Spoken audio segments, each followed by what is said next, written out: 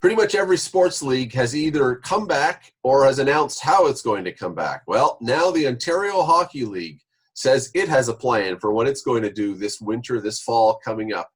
Is it a good plan? Let's dive down that rabbit hole.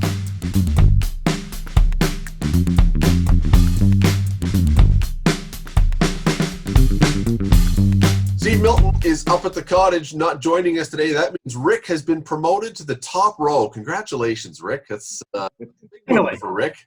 Bubba, started at the bottom, now I'm here. Yeah, Bubba, your day will come, I promise. The Ontario Hockey League is going to be announcing, we hear, according to several reports, a plan for this year's season. Of course, they were cut off in March or early April with the pandemic. 64 games rather than 68 starting in early December, cramming it into a tight schedule. 16 teams in the playoffs, first round 3 out of 5. That stuff is all fine. That's sounds reasonably doable, but there are some challenges here, guys, including the fact that there are 3 American teams in the OHL, despite the league's name, and we still have a border that isn't allowed to be open. Is this going to work, Bubba? Well, it's interesting. We're really hoping by the time that you're talking about, in fact, I guess December, that the borders would be open at that point, which would make that, that issue kind of mute for the 2 Michigan teams and the 1 team in Erie. So I think it's a go. I really feel sorry for the Canadian Hockey League, actually. I mean, no Memorial Cup this year. I mean, you had some teams that were doing having outstanding seasons, and I guess like everyone else, your season gets cut. But the issue with that is that there was no pickup to the end of the 2020 season. So, I mean, everything just stood still. I think by then that we could see some hockey, and I think that maybe by that point, we could see some opening of the reins for many, many leagues to continue. Rick? I'd love to see it. Me being the negatron, at least for today, I just can't see it happening. I mean, we've had studies over the last number of weeks or surveys of the pulse of Canadians, and the overwhelming majority don't want the border to be opened until at least 2021. And listen, if the United States does not get a hold on the coronavirus crisis in many states, I don't see the border reopening. I can't see the Canadian government agreeing to that.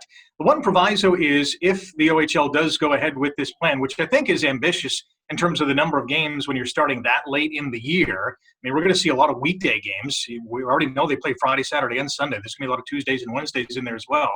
But if the border remains closed, you can still move Flint and Saginaw and Erie to Ontario.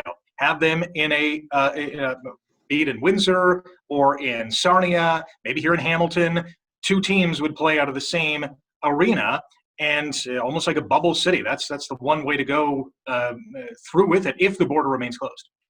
The trouble with that, Rick, and I talked to Steve Staios about this for a different reason. It was what happens to the Bulldogs when First Ontario Centre is being renovated.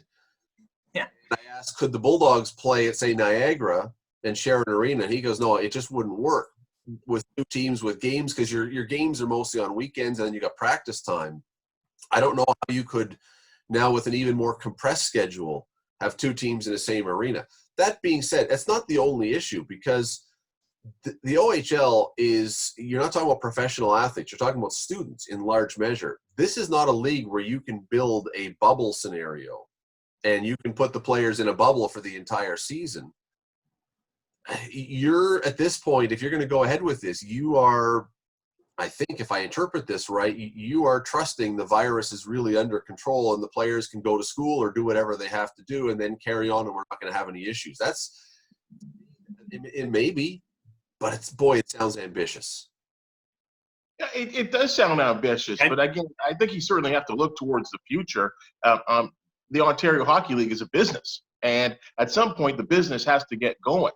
And I think you're in a situation that you're talking about a compressed schedule with almost the same amount of games as any regular season in the Ontario Hockey League in a much shorter, tighter span. So to me, this means that the teams almost will be living in its own little sort of semi-bubble by itself in its way. And I'm sure, as every other league, there will be testing.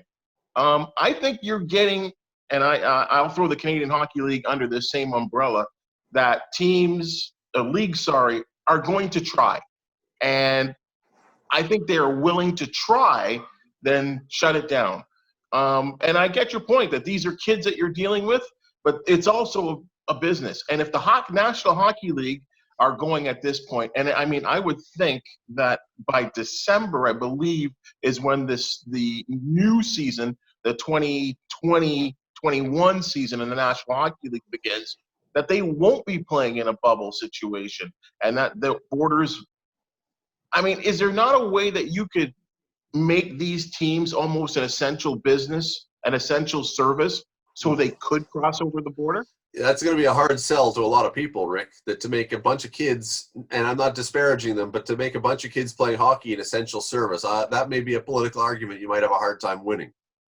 Well, I mean, you're not going to win that argument on the professional stage either, because, there was talk not too long ago of the Blue Jays playing at Rogers Center, and, many American teams coming in and out of the country. And there was a lot of Canadians saying, oh, we can't have this happen. And the federal government agreed and said, hey, listen, Toronto, you got to play somewhere in the U.S. And they ultimately decided on Buffalo. Whether or not baseball is going to end its season or not, that's a different story. But back to the schooling aspect, too, if you have, the American teams in an Ontario bubble or coupled with other OHL teams, there's always the online learning aspect of it, too. And I'm not sure how each state is going to go about the return the school protocol in their specific states, but there is that online learning option as well, and hopefully they can take advantage of that.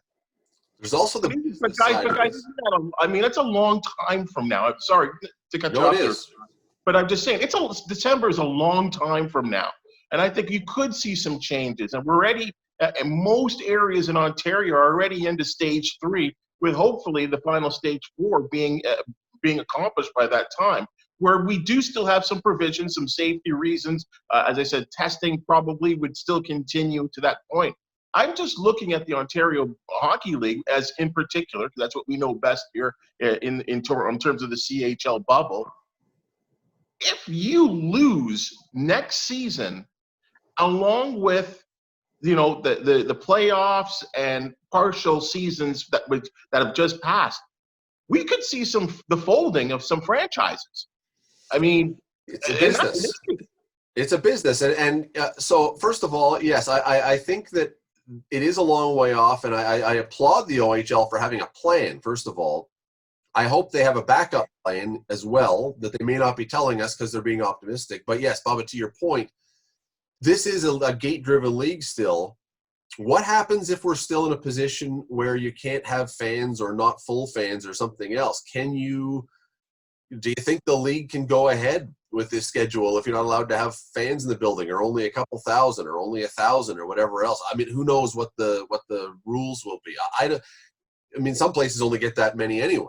But I don't know. Can you go ahead without a full complement of fans with the OHL? I don't know how many owners will be able to stomach that financial gut punch, because if you're talking about First Ontario Center and we're saying, the average attendance is about 4,000, 4,500 for an entire OHL season. If that is down to 2,000, 1,500 each and every game, that's the max. That's a financial hit no matter how you slice that pie. And here's another thing to consider too. What if the Western Hockey League, which we know BC and Alberta, Saskatchewan, Manitoba, has a lot fewer cases than Ontario and Quebec, the home of the Q. What if the WHL manages to go ahead, with or without fans, whatever the case is, the OHL and the WHL can't make a go of it? From a prospect point of view, from a hockey development point of view, they're going to be so much ahead than the two other leagues. That'll be interesting to see.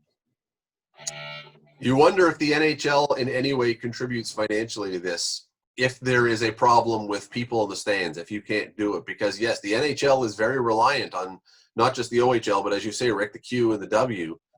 Does the NHL start throwing some money at the owners to keep them afloat so that they can have a league so that their prospects or future prospects can play somewhere? I would not be at all surprised, Bubba, to see that. Mm-hmm. Or is there an option of some type of tournament? And I know that some leagues have gone that way, MLS being one of them. It just would seem crazy to me that there would be no season next year in junior hockey.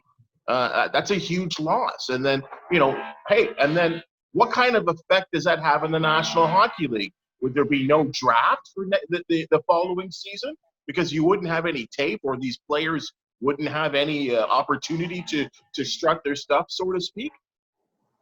You'd be relying on your scouts, and you know what? This is when the scouts would make their money, because who was paying attention to the 16-year-olds last year and the early 17-year-olds when most guys were looking at the 18-year-olds?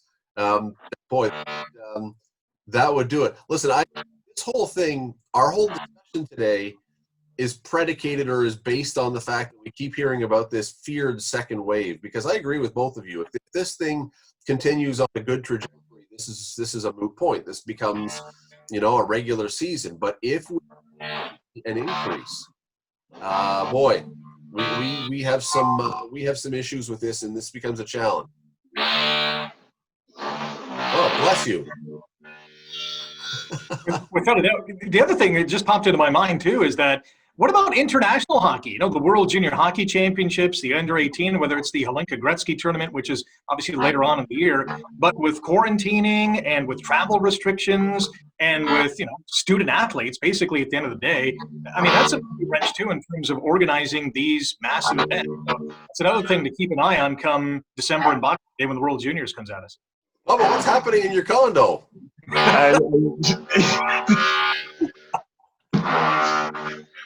Oh, What did you have? Did you have Taco Bell last night?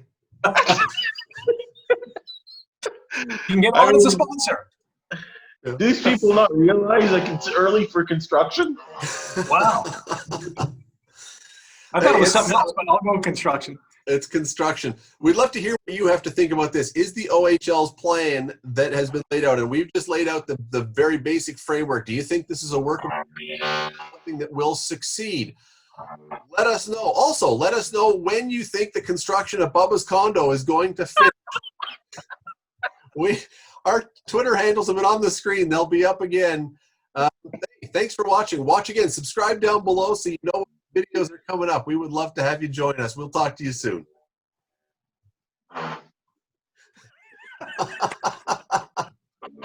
Sorry for the blooper reel.